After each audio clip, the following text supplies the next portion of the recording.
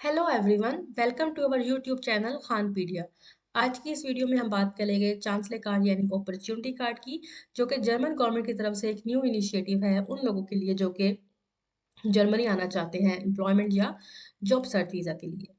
तो opportunity card क्या है, इसकी रिक्वायरमेंट्स, इसकी एलिजिबिलिटी क्राइटेरिया क्या है, ये कौन कौन लोग इसमें अप्लाई कर सकते हैं और इसका एप्लीकेशन प्रोसेस और वीज़ा प्रोसेस कैसे है, ये सब कुछ हम इस वीडियो में कवर करेंगे। तो चलिए स्टार्ट करते हैं। जर्मन गवर्नमेंट की official website federal foreign office की वेबसाइट पे, जहाँ पे इन्होंने अपॉर्चुनिटी कार्ड की डिटेल के साथ एक ओवरव्यू दिया है यहाँ से। सबसे पहले इन्होंने मेंशन किया है कि जो अपॉर्चुनिटी कार्ड है वो रेजिडेंस परमिट की एक टाइप है, जो कि थर्ड वर्ल्ड कंट्रीज से वर्कर्स को अलाउ करता है कि वो जर्मनी आए और यहाँ पे अम्प्लॉयमेंट सीख कर सके। एंड इसके अप्लाई करने के आपको दो मेन कैटेगरीज हैं। अगर तो आपकी डिग्री एक तो आपकी डिग्री अगर वेरीफाई है तो आप डायरेक्टली एलिजिबल हैं, और अगर आपकी डिग्री वेरीफाई नहीं है तो आपको एटलीस्ट 6 पॉइंट्स पूरे करने हैं। वो 6 पॉइंट्स कैसे पूरे होंगे वो नीचे इन्होंने डिटेल के साथ मेंशन किया है। अपॉर्चुनिटी कार्ड आपको 1 साल के लिए मिल सकता है, और अगर इस 1 साल में आपने अपनी यहाँ पे जॉब सिक्योर कर ली तो आपको ये एक्सटेंड हो जाएगा उस टाइम के लिए जितने टाइम तक आपका जॉब कॉन्ट्रैक्ट होगा। आप अपॉर्चुनिटी कार्ड को ऑनलाइन भी कुछ कंट्रीज से अप्लाई कर सकते हैं, और कुछ कंट्रीज में आपको वहाँ की जर्मन एम्बेसी से आपको जाके अप्लाई करना होगा। सो बेसिकली इसके कुछ बेसिक रिक्वायरमेंट जो कि हर किसी को फुलफिल करनी है, वो सबसे पहले ये है कि आपको अपना जो लिविंग एक्सपेंस है वो आपको 1 साल का आपको ब्लॉक अमाउंट की फॉर्म में आपको शो करना होगा। वो कितना है वो और उसकी अमाउंट क्या है वो नीचे डिटेल के साथ मेंशन है। सेकंड चीज़, अगर आपके पास डिग्री है या कोई वोकेशनल ट्रेनिंग आपने किया हुआ है, तो वो आपने जर्मनी से आपने कि वो रिकॉग्नाइज है या नहीं है, वो आपने उसको चेक करना है। उसके लिए जर्मन गवर्नमेंट ने एक डेटाबेस बनाया है एनाबीन के नाम से। वहाँ पे तमाम कंट्रीज़ और उनकी कुछ यूनिवर्सिटीज़ और अपने कुछ डिग्रीज़ को वहाँ पे लिस्ट किया है। तो आपने उस डेटाबेस से अपनी यूनिवर्सिटी और अपनी डिग्री को चेक करना है कि आपकी डिग्री और आपकी यूनिवर्सिटी उस लिस्ट में मेंशन है कि नहीं। अगर तो वो वहाँ पे मेंशन है तो इसका मतलब है कि आपको कुछ भी मज़ीद करने की ज़रूरत नहीं है, और आप ऑलरेडी अपॉर्चुनिटी कार्ड के लिए क्वालिफाइड हैं, और आप सिंपली अपनी एप्लीकेशन और अपना वीज़ा प्रोसेस स्टार्ट कर सकती हैं। अच्छा, और आपने ये अब कैसे चेक करना है, तो इसको आप चेक कर सकते हैं। हमारे चैनल पे ऑलरेडी एक वीडियो अपलोडेड है, how to check your degree in Anabin database. इस वीडियो में डिटेल के साथ मेंशन है, डिटेल के साथ हर चीज़ बताई गई है कि आप अपनी डिग्री को किस तरह से चेक कर सकते हैं कि वो उस लिस्ट में है कि नहीं। अगर तो वो उस लिस्ट में नहीं है तो देन आपको सेकंड जो इसकी रिक्वायरमेंट है वो है पॉइंट बेस्ड सिस्टम, तो आपको उसकी तरफ जाना होगा। अब पॉइंट बेस्ड सिस्टम के लिए आपको एटलीस्ट 6 पॉइंट्स पूरे करने हैं, और वो 6 पॉइंट किस तरह पूरे करेंगे वो नीचे डिटेल के साथ इन लोगों ने यहाँ पे बताया हुआ है, scoring system at a glance. तो सबसे पहला जो आप ऑप्शन है आपको पॉइंट्स लेने का, वो है कि अगर आपको अपनी डिग्री या आपकी जो वोकेशनल ट्रेनिंग की जो आपका कोर्स है या आपकी डिग्री है, वो आपने जर्मन गवर्नमेंट से वेरीफाई करवानी है। अ, उस वेरीफाई करने का एक प्रोसेस है, और उसमें काफ़ी टाइम भी लग सकता है, और एक प्रॉपर उसका प्रोसेस है। और उसके लिए जो किस तरह से अप्लाई करना है और किस तरह से वेरीफाई करवानी है वो भी आप हमारे चैनल से वीडियो देख सकते हैं, जो कि ZAB एक इनका यहाँ इदारा है जो कि डिग्री वेरीफाई करता है फॉरेनर्स की। इसके लिए डिटेल के साथ इस वीडियो में हर चीज़ बताई गई है कि आप किस तरह से घर बैठे अपनी डिग्री को जर्मनी से वेरीफाई करवा सकते हैं। तो ये वीडियो लाजमी देखें, और आपको इससे काफ़ी इन्फॉर्मेशन मिल जाएगी कि आपने डिग्री कैसे वेरीफाई करवानी है। तो अगर आप डिग्री वेरीफाई करवा लेते हैं तो आपको ऑलरेडी 4 पॉइंट्स मिल जाएंगे। उसके बाद आपने देखना है कि आपका जो फील्ड या आपकी प्रोग्राम है, आपकी जो फील्ड है वो शॉर्टेज ऑक्यूपेशन वाली लिस्ट में आती है या नहीं। वो यहाँ पे एक लिस्ट मेंशन है, लिस्ट ऑफ शॉर्टेज ऑक्यूपेशन, के जो इस टाइम जर्मनी में जर्मन गवर्नमेंट को ज़्यादा डिमांड है उन उन फील्ड की या उन प्रोग्राम्स की। वहाँ पे ज़्यादा एम्प्लॉयमेंट की ज़रूरत है, ज़्यादा वर्कर्स की ज़रूरत है। तो वो आप यहाँ पे अपनी प्रोग्राम या अपना डिग्री को यहाँ पे देख सकते हैं। अगर यहाँ पे ये आपकी मेंशन है, आपकी डिग्री मेंशन है, तो आपको उसका भी 1 पॉइंट एक्स्ट्रा मिल जाएगा। नेक्स्ट है आपका प्रोफेशनल एक्सपीरियंस। अगर आपने लास्ट 5 ईयर्स में आपके पास 2 साल का एक्सपीरियंस है तो आपको इसके लिए आपको मिल जाएंगे 2 पॉइंट्स, और अगर आपके पास 3 साल का एक्सपीरियंस है लास्ट 7 ईयर्स में तो उसके लिए आपको 3 पॉइंट्स मिल जाएंगे। तो इस तरह से भी आप अपने पॉइंट्स कलेक्ट कर सकते हैं। देन आपका है लैंग्वेज का ऑप्शन। अगर आपके पास जर्मन लैंग्वेज स्किल्स हैं उसके भी पॉइंट्स हैं, अगर आपके पास इंग्लिश लैंग्वेज स्किल्स हैं तो उसके भी 1 से 4 तक के आपको पॉइंट्स मिल जाएंगे।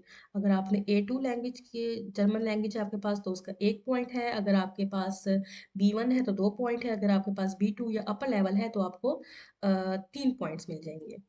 इसी तरह एज की अगर हम बात करें तो अगर आपकी एज 35 ईयर्स तक है तो आपको 2 पॉइंट्स मिलेंगे, और अगर आपकी एज 35 to 40 के दरमियान है तो आपको 1 पॉइंट मिलेगा। अगर आप जर्मनी में लास्ट 5 ईयर्स में अगर आप 6 मंथ आपने जर्मनी में गुजारा है तो आपको उसके लिए 1 पॉइंट मिलेगा, और ये इंक्लूड हो सकता है आपकी लैंग्वेज स्टडी, एम्प्लॉयमेंट, लेकिन इसमें हॉलीडेज या फैमिली विजिट इंक्लूड नहीं होगा। तो ये भी आप इस तरह से भी 1 पॉइंट मज़ीद हासिल कर सकते हैं। इसके अलावा अगर आप अपने पार्टनर या अपने स्पाउस के साथ मिल के दोनों अप्लाई कर रहे हैं अपॉर्चुनिटी कार्ड के लिए, और अगर दोनों एलिजिबल हैं तो दोनों को 1-1 पॉइंट एक्स्ट्रा मिल सकेगा। तो अब आपने यहाँ पे अपने पॉइंट्स और अपनी क्वालिफिकेशंस और अपनी एक्सपीरियंस के हिसाब से देखना है कि आपको इन सब में से कितने पॉइंट्स और किस किस तरह से आपको पॉइंट्स कलेक्ट कर सकते हैं। टोटल आपको 6 पॉइंट्स चाहिए अपॉर्चुनिटी कार्ड के लिए एलिजिबल होने के लिए।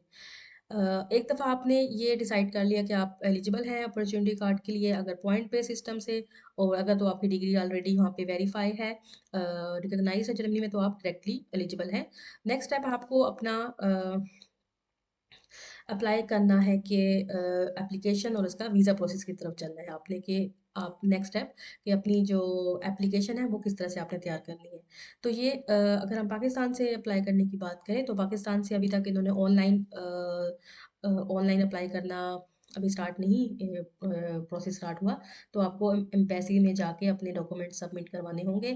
तो इसके लिए आपकी ये जर्मन एम्बेसी इस्लामाबाद की ऑफिशियल वेबसाइट पे डिटेल्स मेंशन है कि आपने किस तरह से वीज़ा अप्लाई करना है, कौन-कौन सी चेक लिस्ट आपकी मेंशन है कि कौन-कौन से डॉक्यूमेंट्स वगैरह आपको चाहिए। तो सबसे पहले यहाँ पे लोगों ने 3 चीज़ें यहाँ पे मेंशन की हैं कि आपकी डिग्री वेरीफाई हो या आपके पास पॉइंट बेस्ड सिस्टम से आप वेरीफाई हो, आप एलिजिबल हो अपॉर्चुनिटी कार्ड के लिए। सेकंड, आपके पास फाइनेंशियल मीन्स हो जो कि 1027 यूरो पर मंथ के हिसाब से आपको 1 साल का अपना फाइनेंशियल मीन्स शो करने हैं, यानी कि ब्लॉक अमाउंट में आपको ये 1 साल की रकम 1007 यूरो के हिसाब से 1 साल तक आपकी जो अमाउंट होगी वो आपने ब्लॉक अमाउंट में जमा करवानी है।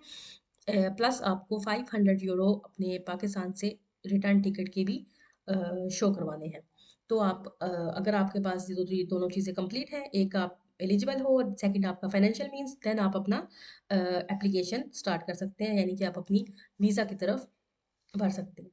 तो वीज़ा के लिए अगर हम बात करें पाकिस्तान से अप्लाई करने की, तो सबसे पहले आपने वीज़ा कैटेगरी आपकी कौन सी होगी? आपकी वर्क वीज़ा होगी जिसमें एम्प्लॉयमेंट और सेल्फ एम्प्लॉयमेंट ये सब कुछ आ जाता है, और अपॉर्चुनिटी कार्ड का वीज़ा कैटेगरी भी वर्क वीज़ा में फॉल होता है।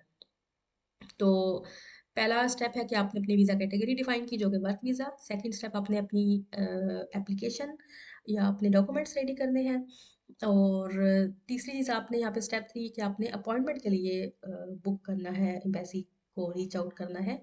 यहाँ पे अपॉइंटमेंट की जो वेटिंग टाइम्स है वो मेंशन है, तो यहाँ पे आप देख सकते हैं अपॉर्चुनिटी कार्ड के लिए मोर देन 1 ईयर, 1 साल से ज़्यादा टाइम तक का टाइमलाइन है अपॉर्चुनिटी कार्ड के लिए अपॉइंटमेंट मिलने की। तो आपको तो अगर आप आपकी कुछ रिक्वायरमेंट्स अभी भी रहती हैं लाइक डिग्री वेरिफिकेशन और लैंग्वेज वगैरह, तो आप अभी से अपॉइंटमेंट के लिए अप्लाई कर दें, क्योंकि इस दौरान में आप अपनी बाकी रिक्वायरमेंट्स पूरी कर सकते हैं और उस दौरान आपका एम्बेसी से अपॉइंटमेंट भी आ जाएगी। तो आप, क्योंकि ये काफ़ी लंबा टाइम है अपॉइंटमेंट का, तो इसे तो बेहतर है कि आप जितना जल्दी हो सके अपॉइंटमेंट के लिए अप्लाई कर दें। एक दफ़ा अपॉइंटमेंट अप्लाई करने के बाद आप अपनी रिक्वायरमेंट्स पूरी करें और अपने डॉक्यूमेंट पूरे करें। डॉक्यूमेंट्स आपने किस तरह से पूरे करने हैं वो यहाँ पे चेकलिस्ट मेंशन है पीडीएफ की फॉर्म में। ये सब तमाम लिंक्स और पीडीएफ के लिंक्स भी हमें वीडियो के साथ हम वीडियो के साथ अटैच कर देंगे। वहाँ से आप अब सारे ये लिंक्स वगैरह और सारे वेबसाइट्स देख सकते हैं। तो यहाँ पे ये पीडीएफ में उन तमाम डॉक्यूमेंट्स की लिस्ट मेंशन है जो कि आपको वीज़ा के लिए और एप्लीकेशन के लिए चाहिए। इन तमाम डॉक्यूमेंट्स ओरिजिनल प्लस इन सब की one complete set of copies आपको साथ लेके जानी होगी अपॉइंटमेंट के टाइम पे। सबसे पहले आपका क्या है, एप्लीकेशन फॉर्म जो कि आपने साइन किया हो, जो कि जिसके ऊपर आपकी तस्वीर हो, जो कि 6 मंथ ओल्ड नहीं होनी चाहिए। तो सबसे पहले हम एप्लीकेशन फॉर्म को देख लेते हैं। यहाँ पे क्लिक करके आपको एप्लीकेशन फॉर्म ओपन हो जाएगा। तो ये एप्लीकेशन फॉर्म आपने सिंपल इसमें अपनी कुछ डिटेल्स, अपनी पर्सनल इंफॉर्मेशन डालनी है, अपना नेम, अपना place of birth, country, marital status, nationality, then आपका पेरेंट्स की इंफॉर्मेशन आ जाएगी आपकी, देन आपका प्रोफेशन आ जाएगा, इसमें आपकी कॉन्टैक्ट डिटेल्स आ जाएगा, आपका एड्रेस का, आपकी पासपोर्ट की डिटेल्स वगैरह यहाँ पे आपने डालनी होगी, देन आपकी ट्रैवल डेट्स कि आप कब तक वहाँ पे जाना चाहते हैं। तो आपने ये अपनी जब आपकी अपॉइंटमेंट हो उससे 1-2 महीने या 1 महीने बाद की आप इसमें डाल सकते हैं। उसके बाद आप रेफरेंस यहाँ पे डाल सकते हैं अपने किसी इंस्टीट्यूट या कंपनी ऑर्गेनाइजेशन में अगर आपने काम किया है या आप स्टूडेंट हैं तो अपने किसी प्रोफेसर का यहाँ पे उसका कॉन्टैक्ट और नाम वगैरह यहाँ पे ऐड करेंगे। और इसके बाद आपने लिविंग एक्सपेंस के आप वहाँ जाके किस सिटी में जाना चाहते हैं, कहाँ पे रहेंगे, किसके पास रहेंगे, और आपने ब्लॉक अमाउंट की जो वो है उसका यहाँ पे मेंशन करना है कि आप कैसे यहाँ पे लिविंग अपना अर्न करेंगे, किस तरह से अपना फाइनेंशियल अपना खर्चा उठाएंगे, तो वो यहाँ पे आपने मेंशन करना है। और आपका जहाँ जिस सिटी में आप जाना चाहते हैं वहाँ का लोकेशन और पोस्टल कोड वहाँ का मेंशन करना है। आप कहाँ पे रहेंगे वो आपने यहाँ मेंशन करना है कि आप किस तरह के अकोमोडेशन में रहेंगे, तो सिंगल रूम या अपार्टमेंट में, और ये सब आपने यहाँ पे, अगर आपका कोई फैमिली मेम्बर आपके साथ जा रहा है तो वो आपने यहाँ पे मेंशन करना है। और प्रीवियस डे अगर आपका जर्मनी में था तो वो आपने मेंशन करना है, अगर नहीं है तो यहाँ पे इसको कुछ नहीं करना। आपका क्रिमिनल रिकॉर्ड अगर है या नहीं है वो आपने यहाँ पे यस और नो कर देना है। और डिसीज़ अगर आपकी नहीं है या है वो आपने यहाँ पे यस और नो कर देना है। सेव करके आपने सिंपल इस फॉर्म को, पीडीएफ फॉर्म को डाउनलोड करके प्रिंट कर लेना है और साइन कर लेना है इस पर।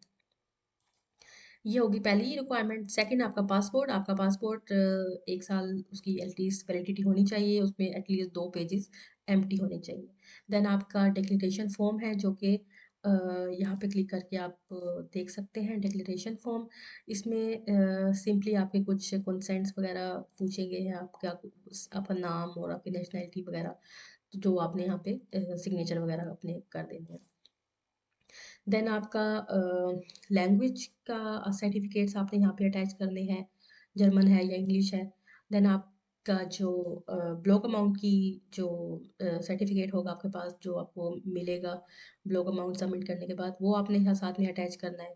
देन आपकी लास्ट डिग्रीज की डिग्री एंड ट्रांसक्रिप्ट, उस दोनों जो है वो HEC से वेरीफाई होनी चाहिए, वो वहाँ पे ओरिजिनल प्लस उसकी कॉपीज अटैच करनी है डॉक्यूमेंट्स में। देन अगर आपने ऑलरेडी आपकी वेरीफाइड है तो एनाबिन डेटाबेस से उसके स्क्रीनशॉट्स अटैच करने हैं, और अगर वेरीफाई नहीं है तो आपने अगर ZAB से वेरीफाई करवाई है तो उसका सर्टिफिकेट यहाँ पे अटैच करना है, ओरिजिनल भी और उसकी कॉपी भी। और अगर आपकी वहाँ पे कोई रेगुलेटेड प्रोफेशनल जॉब अगर आप करना चाह रहे हैं तो आपको रिलेटिव जर्मन अथॉरिटी से उसका लाइसेंस भी लेना होगा, और वो लेने का तरीका सारा यहाँ पे मेंशन है कि किस तरह की जॉब्स और किस तरह से आपको वो लाइसेंस इशू करवाना होगा। तो वो यहाँ पे अटैच करना है अगर वो आप इस कैटेगरी में फॉल करते हैं तो।